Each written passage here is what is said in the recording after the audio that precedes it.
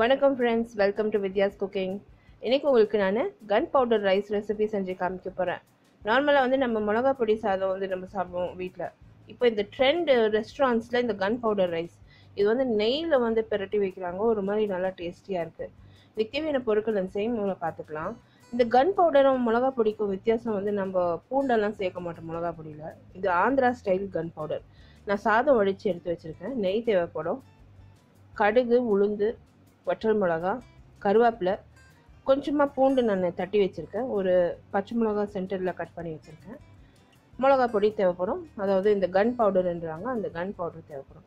ஆந்திராவில் இந்த கன் பவுடர் கந்தி பொடி ரொம்பவே ஃபேமஸ்.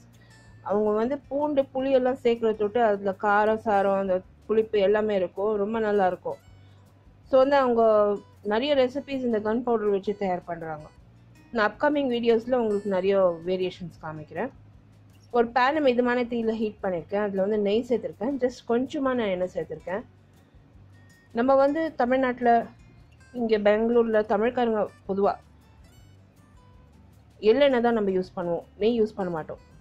ஸோ இந்த சாதத்துக்கு எள்ளெண்ணெய் சேர்த்து தான் நாங்கள் சாப்பிடுவோம். பட் இது நெய்யோடு ரொம்ப நல்லாயிருக்கும்.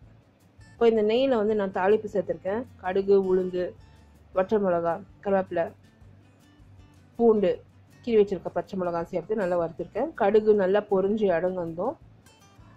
அதில் அந்த சாதத்தை சேர்த்து நல்லா பரட்டியிருக்கேங்க. இந்த நெய் மனம் கூடணும் அந்த சாதத்தில் நல்லா பரட்டியிருக்கேன். இப்போ சாதம் கொஞ்சம் நல்லா ஹீட் ஆகணும். அதுக்கு பிறகு கொஞ்சம் கொஞ்சமாக அந்த மிளகாய் பொடி சேர்த்து நல்லா மிக்ஸ் பண்ண போகிறேன். இப்போ ரீசெண்ட் ட்ரெண்ட் ரெஸ்டாரண்ட்ஸில் இந்த மிளகாய் பொடி சாதம்னு வைக்கிறாங்க, இந்த கன் பவுடர் ரைஸ்ன்னு வைக்கிறாங்க. ஸோ இப்போ ரொம்ப டேஸ்ட்டாக இருக்குது, ஒரு வித்தியாசமாக இருக்குது, நல்லா இருக்குது. இப்போ இந்த மாதிரி ஃப்ரைட் ரைஸ் மாதிரி பண்ணி சர்வ் பண்ணுறாங்க. நல்லாயிருக்கு, ஒரு வித்தியாசமாக நல்லா டேஸ்டியாக இருக்குது. நம்ம வீட்டில் ரெகுலராக எப்போவுமே நம்ம மிளகா பொடி சாதம் வெறும் எண்ணெய் ஊற்றி சாப்பிட்றப்போ நம்மளுக்கு இது கொஞ்சம் வித்தியாசமாக ஒரு நல்ல வேரியேஷன் இருக்கும். ஸோ ட்ரை பண்ணுங்கள். இப்போ கொஞ்சம் கொஞ்சமாக இந்த மிளகா பொடி சேர்த்து நான் இது நல்லா மிக்ஸ் பண்ணியிருக்கேன். இந்த மிளகா பொடி கூட வித்தியாசமாக இருக்காங்க. இதில் புளி இருக்குது, பூண்டு இருக்குது, சீரகம் இருக்குது. ஸோ இது நல்லா இருக்கும், ரொம்ப டேஸ்டியாக நல்லாயிருக்கும். நான் ஏற்கனவே இந்த பொடி ரெசிபி நான் போஸ்ட் பண்ணியிருக்கேன், மிளகா பொடி recipe. Link description box below this video post பண்ணுறேன். ரெகுலர் அப்டேட்ஸ்க்கு இன்ஸ்டாகிராம், ஃபேஸ்புக் அண்ட் ட்விட்டரில் லைக் பண்ணி ஃபாலோ பண்ணுங்கள். The same recipe is also posted in YouTube இங்கிலீஷோட லிங்க் கூட description box below this video post பண்ணுறேன். இந்த ரெசிபியில் யூஸ் பண்ண பொருட்கள் எல்லா measurements and ingredients description box below this video post பண்ணுறேன். அப்படி இல்லைன்னா I card above this video நீங்கள் கிளிக் பண்ணிங்கன்னா என்னோட பிளாகுக்கு டேரெக்ட் ஆகும். பிளாகில் டீட்டெயில் ரெசிபி, நிறைய ரெசிபிஸ் அண்ட் ரிவ்யூஸ் அங்கே இருக்குது. ஸோ பிளாகில் கூட விசிட் பண்ணி நீங்கள் ரெகுலராக என்னை ஃபாலோ பண்ணலாம். நான் பொடியாக நறுக்கின கொத்தமல்லி தழை சேர்த்து நல்லா இந்த சாதத்தை பரட்டியிருக்காங்க.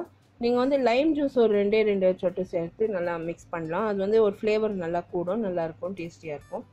ஸோ ட்ரை பண்ணிவிட்டு உங்களோட காமெண்ட்ஸ் எல்லாம் போஸ்ட் பண்ணுங்கள். இந்த வீடியோ ரெசிபி நீங்கள் பார்த்து என்ஜாய் பண்ணிங்கன்னா எனக்கு ஒரு தம்ஸ் அப் கொடுத்து சப்ஸ்கிரைப் பண்ணுங்கள். அடுத்த புதிய ரெசிபியோட மறுபடியும் சந்திக்கும் வரை இது Vidyalakshmi. Thank you so much for வாட்சிங். பை.